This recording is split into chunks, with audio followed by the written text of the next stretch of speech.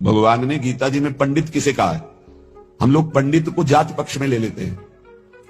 ये पंडित कौन बोले? वो पंडित जी, दुबे जी, तिवारी जी, मिश्रा जी, वो पंडित जी। और भगवान पंडित किसे कह रहे हैं?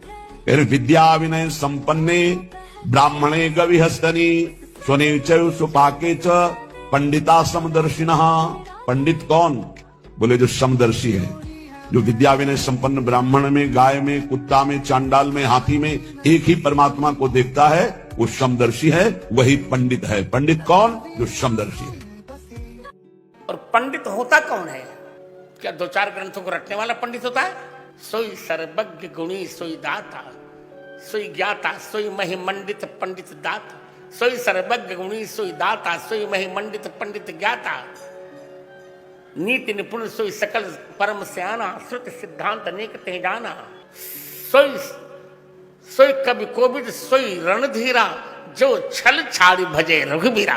भगवान का प्रेम ही, श्री सीताराम जी के चरणों में प्रेम ही सबसे बड़ा पांडित्य। जैसे ब्रह्मविद्मा, ब्रह्म को जानने वाले ब्राह्मण कौन कहलाता? ब्रह्म जाने ब्राह्मणः। ब्रह्म को जानो हो, ब्रह्म का जिसे पता हो, उसी का नाम है ब्राह्मण।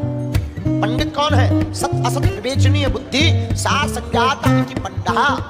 पंडित कोई बिरादरी का नाम नहीं है। जो सत्य और असत्य का ठीक से विवेचन करे, ऐसी बुद्धि का जो मालिक है, उस बुद्धि के मालिक को कहते हैं पंडित। ब्राह्मणों की सर्वप्रथम पूजन अधिकार किसने दिया एवं इतना सम्मान आदर भाव क्यों किया जाता है ब्राह्मणों का? देखो, ब्राह्मण इसलिए सबसे पूजनीय है।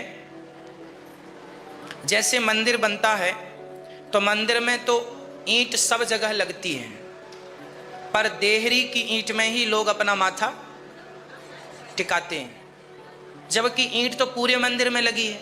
वही ईंट लगी है, उसी भट्टे की ईंट लगी है, उसी कुम्हार की ईंट लगी है।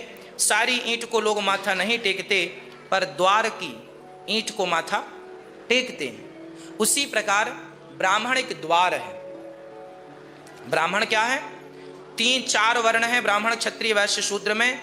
ब्राह्मण को सर्वश्रेष्ठ इसलिए माना गया है क्योंकि ब्राह्मण गुरु की भूमिका निभाता है। ब्राह्मण गुरु किसका है?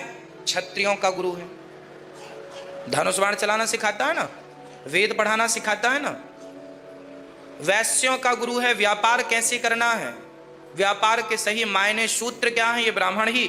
हमारे वेद पुराणों में सब तो भरा पड़ा है, साइंस भरा पड़ा है। तो ब्राह्मण पढ़ पढ़ के बताता है, आप लोग करते हैं। तो ब्राह्मण सब बताता है, इसलिए उसे गुरु की दृष्टि से देखा जाता है। और गुरु की दृष्टि से देखने के कारण उसे इसलिए कहा गया है जगत गुरु ब्राह्मण।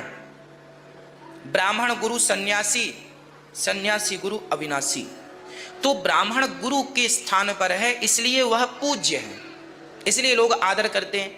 अच्छा, यह अधिकार ईश्वर ने दिया है। ब्राह्मण को यह अधिकार किसने दिया है? भगवान ने दिया। इसलिए भगवान ने ब्राह्मण को मुख से प्रकट किया